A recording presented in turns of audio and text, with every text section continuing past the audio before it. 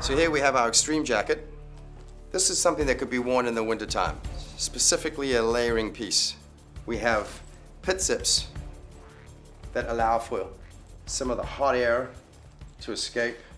We have 2 cargo pockets, and we have 1 chest pocket, as well as we have 1 full-length Vislon FR zipper with a wind flap at the back to reduce the wind. And in areas of where we have a lot of wear and tear, ripstop Nomex has been added to the forearms and on the shoulders. So if somebody's wearing a backpack or a harness, we've got some additional wear and tear protection right here. The fabric is very, very soft and very, very lightweight. It has a high degree of stretch, so it has a high degree of comfort.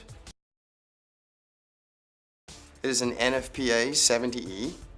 So some additional features is we have a drop-down hem for additional coverage, as well as a 2-piece cuff, which adds for ease and comfort when wearing this inside of a glove.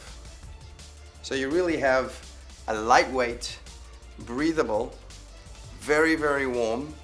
It's wind resistant, it's water repellent, a high degree of comfort, wicking and moisture transfer as well.